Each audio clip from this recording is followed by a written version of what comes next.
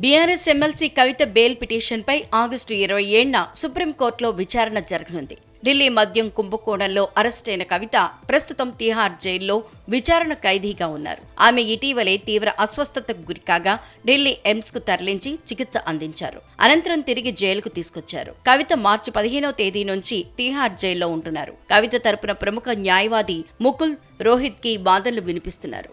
దీంతో ఈసారి కవితకు బెయిల్ తప్పకుండా వస్తుందనే నమ్మకంతో బీఆర్ఎస్ నాయకత్వం ఉంది. కవిత మార్చిలో జైలుకు వెళ్లగా జూలై 16న తొలిసారి అస్వస్థతకు గురయ్యారు. ఢిల్లీ లిక్కర్ స్కామ్ లో అరెస్టైన కవిత సుమారు 5.5 నెలలుగా తిహార్ జైల్లో రిమైండ్ ఖైదీగా ఉన్నారు. మార్చిలో జైలుకు వెళ్లిన దగ్గర నుంచి అనారోగ్య సమస్యలతో బాధపడుతున్నారు కవిత.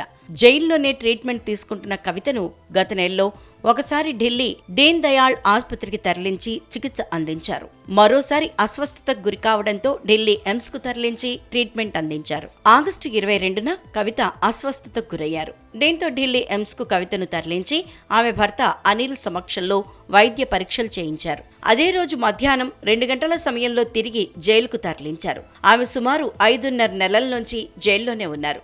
జైలుకు వెళ్లిన తర్వాత ఆమె సుమారు 11 కేజీల బరువు తగ్గినట్లు తెలుస్తోంది.